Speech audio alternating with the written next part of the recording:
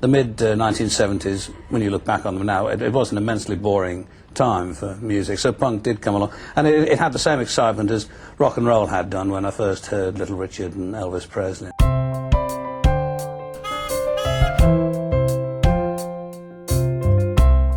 Hello everyone, welcome to MotorHome Beat Beat. Today I'm going to find the final resting place of John Peel, a very special DJ and presenter.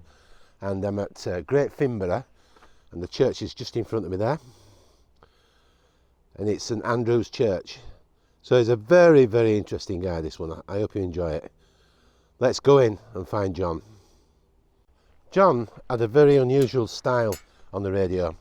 I think the best way to say it is that you felt like he was talking to you directly, like it was a friend in front of you. He had a very natural way with him. He was self-defacing and extremely, what's the word, low-key really. He never put any pretense on.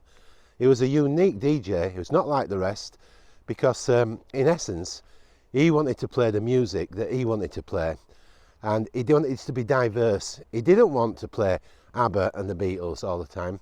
He wanted, not that there's anything wrong with us, by the way, but he wanted to play, he liked fresh new music. That's the answer.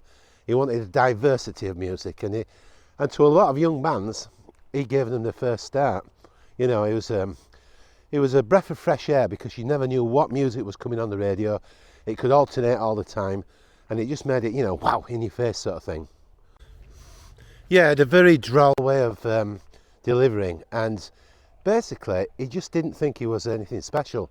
He used to say the weather girl on TV, the news reporter, you know, the person that presents the show, they are just people doing a job. They are not special people. He really didn't believe that he was anything special. He was just doing what he really loved, listening to a diversity of music and playing it. And it was diverse. It could play any kind of music. You just didn't know what was coming next. You really didn't. It could be drum bass, jungle music, techno music. He just mixed the whole thing up. And he used to say that there's so much music that's out there, I just don't have enough hours in the day to listen to it all. He tried, and he felt, sometimes he used to panic thinking there's so much I want to listen to. He just loved music. And that is why lots of these young bands, these sort of punk bands and whatever else, used to send the demos in. And that's why some of these little start-up bands that were just out there to play the music, they weren't after grandiose success. They used to send the demos, and he'd say, well, they've sent a picture, we'll throw the picture in the bin, we don't need that. And then he'd listen to the music in his car or wherever he was. And he is responsible for a lot of bands being successful because he gave them the start. He was a very generous man. It was a dream to listen to. I used to love his radio show. Absolute dream. This is a good example of what John was like.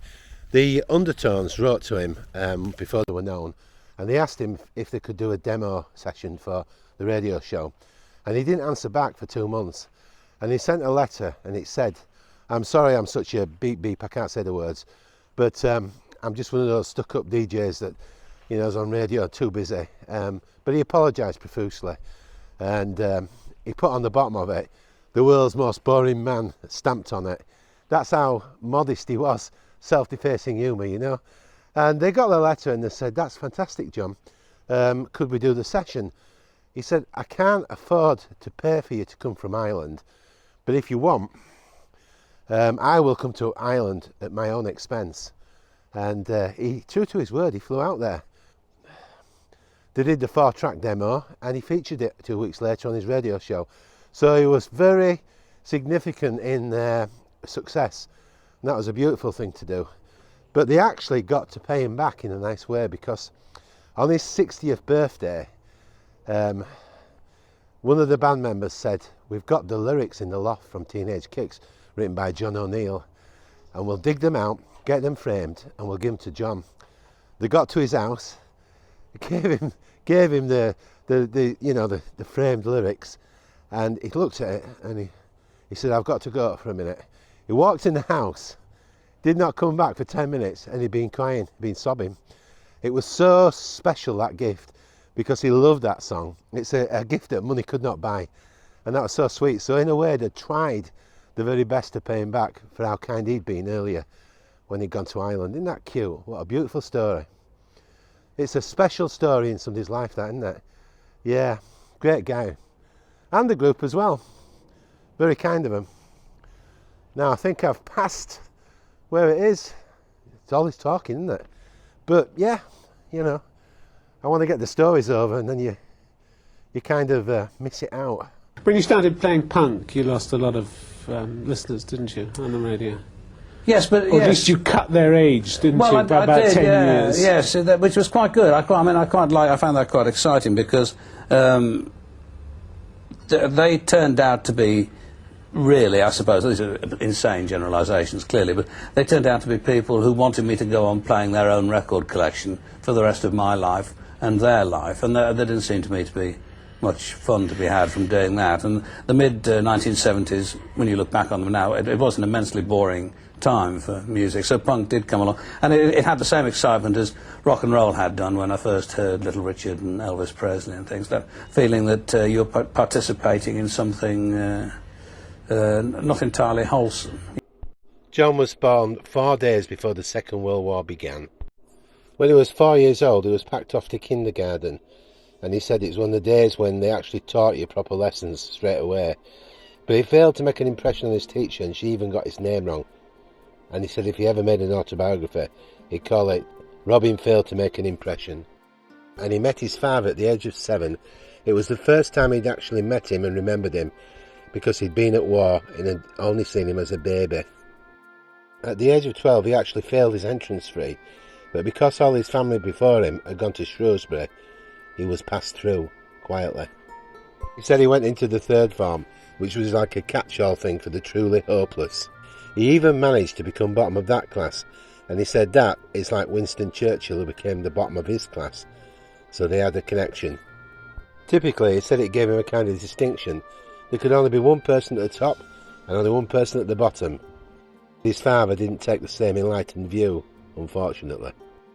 When John was 11, he used to listen to Radio Luxembourg, and he thought how wonderful it would be to have a job on the radio. His father took him aside one day and said, "What are you going to do?" And he said, "I don't know." So he said, "Look, son, I'll send you to America." So John said, "Yeah, go on, send me to America." Before he knew what, he's on a ship heading for Houston. He didn't realise it was really going to happen. Then he went to Oklahoma and got a full-time job as a DJ. That was his job in 1961 for 18 months. And then he moved on to do another job in San Bernardino. And he didn't know how he got that job because he didn't even send a demo tape in. He'd done 18 months at both stations, and then he was heading back home to Old Blighty. Then he joined Radio London, the pirate ship. So now he was back as a DJ in this country. They put him on the midnight to 2 o'clock in the morning radio station, and he realised that nobody was listening virtually. So rather than play the playlist, he started to play the records he liked, like Hendrix, and suddenly it started to get popular, to the slightly unusual music, which included like Pink Floyd and the Purple Garden, which nobody had really heard before, but suddenly they became popular. He then moved on to Radio 1, and there's only 6 people actually working on the radio station, and everybody wanted the elite programme called Top Gear. Tommy Valance was one of them, and John Peel was the other, and it was a competition who could get it. But he had the inside track to get the job because Bernie Andrews, the producer, had similar tastes to John in music, so it gave him the advantage.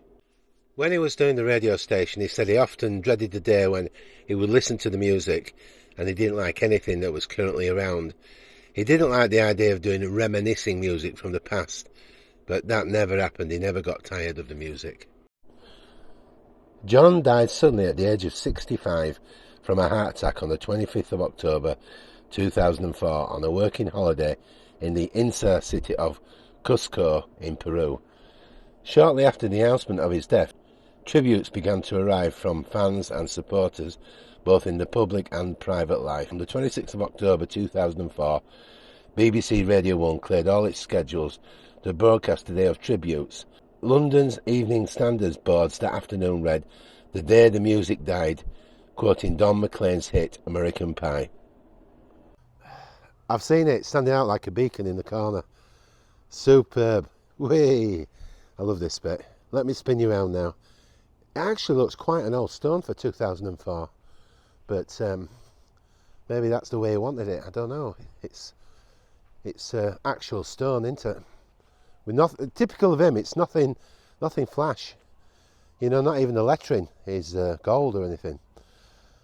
Got a little crest at the top, look like a dragon.